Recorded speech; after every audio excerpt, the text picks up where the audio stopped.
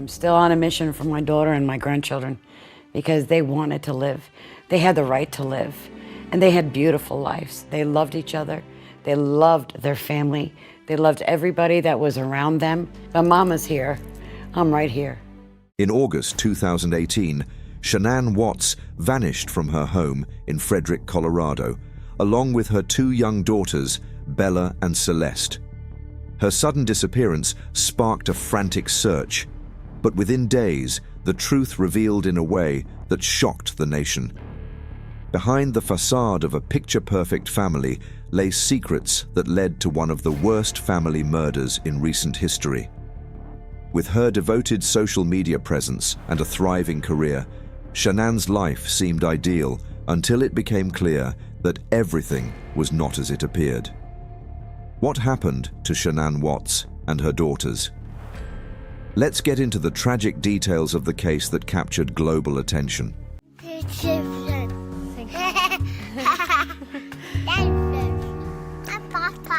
talking to Papa? Mommy. And Mommy? Yes. Yep. Mommy. Shanann Catherine Zuchek was born on January 10, 1984, in Passaic, New Jersey. She was raised in Aberdeen, North Carolina, alongside her brother named Frankie. Her parents instilled in her the values of perseverance and kindness, qualities that became traits that would define her throughout her life. Mind games? I don't know. It's hard to tell. Her looking up wedding dresses, and my sister, it's just all weird. It's all strange. She was looking for a book deal money at the beginning, and how much did Scott Peterson's mistress make off of her murder in her book? She attended Pinecrest High School in Southern Pines, North Carolina, where she developed a reputation as a caring and driven individual. After high school, Shanann pursued various career opportunities which demonstrated her versatility and ambition. She worked in different industries, including retail and business management, and took pride in her ability to succeed in challenging roles. But I'm in my room, actually my office, it's a mess. And I'm cleaning while the kids are sleeping and going through some things, a lot of memories in my office. In her mid-20s, Shanann faced a significant health challenge when she was diagnosed with lupus, a chronic autoimmune disease, where the immune system attacks healthy tissues, causing inflammation and damage. It can affect various parts of the body, including the skin, joints, kidneys, and heart. The diagnosis was a turning point in her life, but instead of letting it defeat her, she used it as motivation to live life to the fullest. She adopted a healthier lifestyle and became an advocate for self-care and positivity. Shanann's resilience in the face of adversity became a source of inspiration for those around her. Friday, Saturday nights, there's always some kind of concert going on. And get together with friends, cookouts, and just enjoying life. In 2010, Shanann's life took a new turn when she met Chris Watts after he sent her a friend request on Facebook. At the time, Shanann was recovering from a previous relationship and dealing with health issues, particularly lupus, which had taken a toll on her body. Chris's kindness and quiet demeanor quickly captured Shanann's attention, and their connection seemed to deepen almost immediately. What stood out to Shanann was the sense of stability and care Chris offered, something she had longed for during her struggles. Their relationship blossomed quickly, with Shanann describing their meeting as fate, believing that he entered her life exactly when she needed someone the most. By November 2012, their relationship had grown strong enough for them to marry, which marked the beginning of their life together in Frederick, Colorado. A little bit of my story. I went through one of the darkest times of my life, and then I met Chris. And he's the best thing that has ever happened to me. Shanann and Chris built a home where they hoped to start a family. Despite the ups and downs Shanann faced due to her health, which included the frequent flare-ups of lupus, she found joy in being a wife. She often shared her happiness and love for her growing family on social media, where she added the highlights of her life. I wouldn't necessarily call good friends right now. I said, but they've introduced me to people that I'm really good friends with now and that are a positive influence in my life. And I think that you need people in your life that create positivity. In 2013, Shanann gave birth to their first daughter, Bella Marie, a moment that brought immense joy to the couple. Despite the health struggles she faced, Shanann embraced motherhood with love and determination, always cherishing the opportunity to care for her daughter. 2 years later, in 2015, the couple welcomed their second daughter, Celeste Catherine, into the world. Shanann often referred to Bella and Celeste as her miracles, and acknowledging the difficulties that her health posed to pregnancy. Say hi. No. You don't want to say hi? So I just wanted to come on here live. Say hi. Hi. Hi. The birth of their daughters brought a new sense of purpose to Shanann's life as she navigated her chronic condition while also balancing the demands of motherhood. As the family grew, so did their bond, and Shanann's pride in her family was evident to everyone who knew her. She worked hard to maintain a sense of normalcy and happiness despite the challenges she faced, often expressing gratitude for the love she had found in Chris and the family they had created together. But little did Shanann know, the life she so carefully built with Chris was about to uncover in the most unimaginable way. Say hi.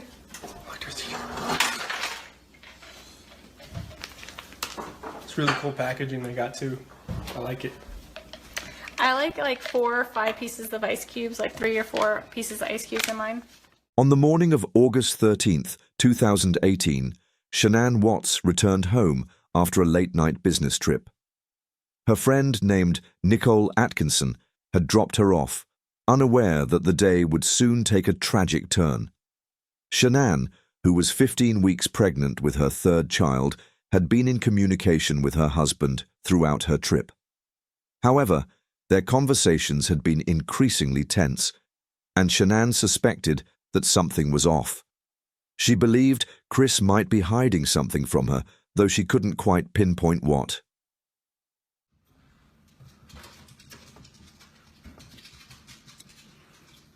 So pink means... That's just the test. I know. It just says the pink is going to be girls. I don't know. Just the test. That's awesome. Later that day, Nicole, concerned for her friend, tried reaching out to Shanann. She knew that Shanann had a doctor's appointment scheduled that morning to check on her pregnancy. When Shanann failed to respond to her calls and texts, Nicole's worry deepened. Missing the appointment was highly unusual, as Shanann had always been diligent about her health and well-being, especially with the pregnancy. County Communications. My name's Nicole, and I'm calling because I'm concerned about a friend of mine. She's not answering the door. She's not responding to text messages, phone calls, and there's no movement in the house whatsoever. Growing more anxious, Nicole decided to go to Shanann's house. She knocked on the door, rang the bell, and even called Chris, hoping to get some answers. However, there was no response. Nicole's concern quickly escalated when she realized something wasn't right. Shanann, who was always in contact with her, had gone silent, and no one was answering the door. They had the latch on the top like they do in hotel rooms, kind of. So it was locked from the inside? It was locked from the inside. And then I called Chris and asked if he knew where Shanann was. And he said she went on a play date. Desperate for reassurance, Nicole tried calling Chris again, but was met with the same silence. The situation became even more alarming when Shanann's phone was found inside the house, and there were no signs of her or the children. Nicole, fearing something was terribly wrong, immediately contacted the police. By then, her suspicions had grown into an overwhelming certainty that Shanann and her daughters were missing, and the events of the day were about to take a suspenseful turn. How you guys doing? You Nicole? Yes. This is real-time footage captured on his body camera. I'm just gonna check the back, see if I can see anything. After a quick check of the perimeter, When the police arrived at the Watts family home on the morning of August 13th, 2018, they conducted a welfare check after Shanann Watts and her 2 daughters had been reported missing. Chris Watts, who had been at work, soon returned home to meet the officers. He allowed them to enter the house, which appeared strangely undisturbed. Shanann's car was still parked in the garage, and the children's car seats were present, which suggested that they had not gone far. Chris Watts finally shows up. Scott, how you doing? How's it going? So this is the only vehicle she would have? Only one that, She would drive? Okay. Officer Coonrod then asked to search the home. Mind if I look around? Okay, thanks. Her purse, phone, and keys were found inside the house, further heightening the mystery. Yet, despite these personal items being left behind, there was no sign of Shanann or the girls. During the initial search, Chris's behavior seemed unsettling. He appeared outwardly calm, but displayed signs of discomfort. He avoided direct eye contact with the officers and gave vague, often contradictory answers when questioned. When asked about his wife's whereabouts, he claimed that Shanann had taken the children to a friend's house after an emotional conversation about their relationship, in which they had allegedly discussed separating. However, there were no signs that Shanann had packed a bag or left voluntarily, and the police found no evidence that she had made plans to go anywhere. Did you take any medication? TC takes Singulair and Omeprazole. How often? Singulair is every night for allergies, and Omeprazole for the acid reflux. Chris's inconsistent behavior and the absence of key evidence raised suspicions among the officers. They began to question his version of events. There was no record of Shanann reaching out to anyone about her plans, and her phone had not shown signs of activity. The officers noted that while Chris seemed concerned about his family's disappearance, his demeanor seemed off.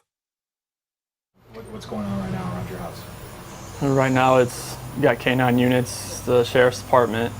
Everybody's they're doing their best right now to figure out if they can get a scent, see where they went. If they went on foot, they went. As the investigation progressed, these early inconsistencies would eventually lead authorities to dig deeper into Chris's actions, ultimately uncovering a darker truth. The scene in the house, the missing persons report, and Chris's strange reactions all added to the mounting tension, ultimately casting doubt on his innocence and pointing the authorities in a direction they hadn't yet anticipated. He had his hands like this in the air on his shoulders, and he was really swaying back and forth. As investigators got deeper into the case, troubling details about Chris Watts's personal life began to surface. It was revealed that he had been having an affair with Nicole Kessinger, who was a co-worker who later cooperated fully with the police. Kessinger revealed that Chris had confided in her about his desire to separate from Shanann, claiming that they were nearing divorce. Yeah, but I mean, you guys can read this. There's nothing in there of me actually saying anything about it. I just told What's your phone number on that phone? 720. It's the same phone number that's on this one. 656-9605. So no, I mean, you guys can. However, Shanann's social media posts painted a different picture.